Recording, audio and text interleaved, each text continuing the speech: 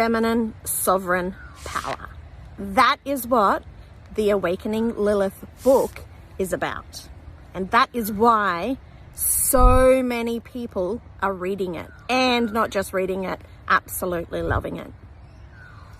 So what's the difference between feminine power and masculine power?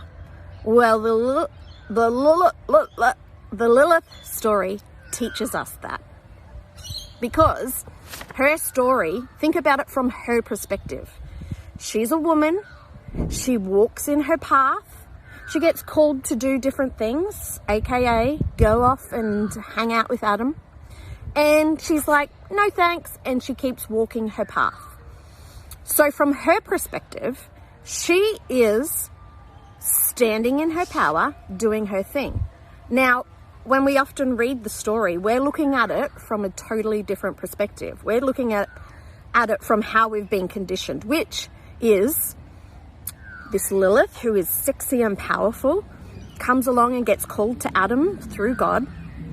And she's like, no, I don't want to lie beneath him.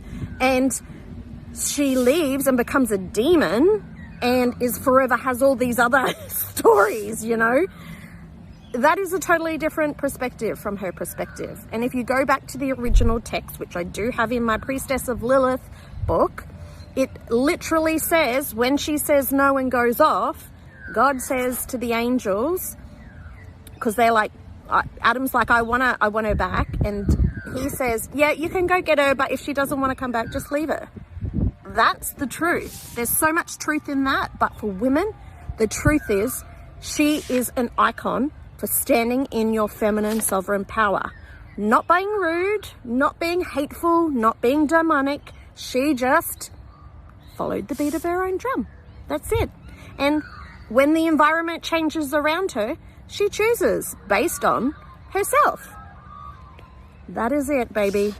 That's what Awakening Lilith's energy is doing for everyone.